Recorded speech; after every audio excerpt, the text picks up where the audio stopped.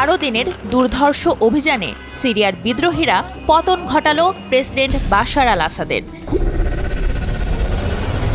কিন্তু জানেন কি, স্বৈরশাসন থেকে মুক্তির এই যুদ্ধের বীজ বুনেছিল মাত্র 14 বছরের এক কিশোর।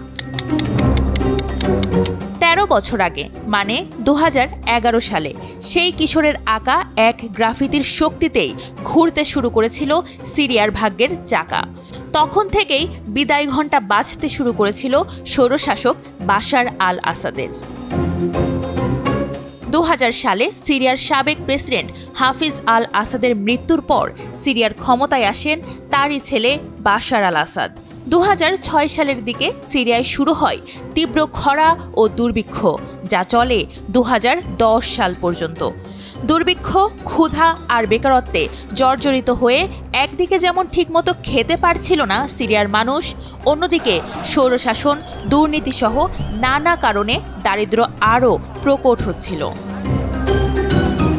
ঠিক সেই সময় আশেপাশের দেশ তিউনিসিয়া, লিবিয়া, মিশর, ইয়েমেন, বাহরাইনে স্বৈরশাসন হটানোর জন্য বিক্ষোভ শুরু হয়।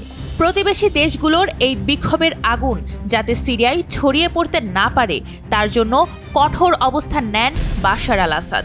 কিন্তু তিনি ভাবতেও পারেননি সিরিয়ার এক ছোট্ট শহর থেকেই সূত্রপাত হবে বিদ্রোহের। 2011 সালের ফেব্রুয়ারি মাস, সিরিয়ার দক্ষিণের শহর দারা সে সময় ছিল কম পরিচিত শান্ত এক শহর। সেখানকার এক কিশোর মুয়াবিয়া সাইসানে, বয়স মাত্র 14 বছর। টেলিভিশনে আশেপাশের দেশগুলোর বিক্ষোভ নিয়ে জানতে পারে সে। বন্ধুদের নিয়ে মুয়াবিয়া দেওয়ালে স্প্রে করে লেখে, এবার তোমার পালা ডাক্তার। প্রেসিডেন্ট হওয়ার আগে বাশার আল আসাদ চোখের ডাক্তার হওয়ার পথেই ছিলেন। তাকে ইঙ্গিত করেই এই গ্রাফিতি। এই গ্রাফিতি দেখে পুলিশ মুয়াবিয়া সহ তার বন্ধুদের গ্রেপ্তার করে নিয়ে যায়।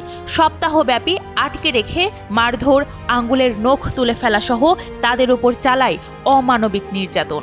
তাদের বাবা মাকে বলা হয় সন্তানদের কথা ভুলে যাও। পুলিশ তাদের 26 দিন আটকে রাখে। তাদের মুক্তির দাবিতে বাবা মায়ের সঙ্গে এগিয়ে আসে প্রতিবেশী ও আসাদ বিরোধীরাও।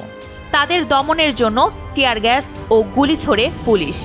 এদিকে মুয়াবিয়ার ছবি যতই জনগণের কাছে পৌঁছে যাচ্ছিল, ততই ঐক্যবদ্ধ হয়ে আন্দোলনে যোগ দিতে থাকে আরও অনেকে। বিদ্রোহ ছড়িয়ে পড়ে পুরো সিরিয়ায়। 2011 সালের 15 মার্চে প্রথমবারের মতো শুরু হয় আসাদ বিরোধী ধারাবাহিক আন্দোলন, যা ক্রমেই গড়ায় 21 শতকের ভয়াবহতম এক গৃহযুদ্ধে। সে সময় এই বিদ্রোহকে শক্ত হাতে দমন করে ক্ষমতায় টিকে গিয়েছিলেন বাশার আল আসাদ, কিন্তু জনগণের ক্ষোভের আগুন নেভাতে পারেননি। দীর্ঘদিনের এই গৃহযুদ্ধ সাফল্য পায় 2024 সালের 8 ডিসেম্বর।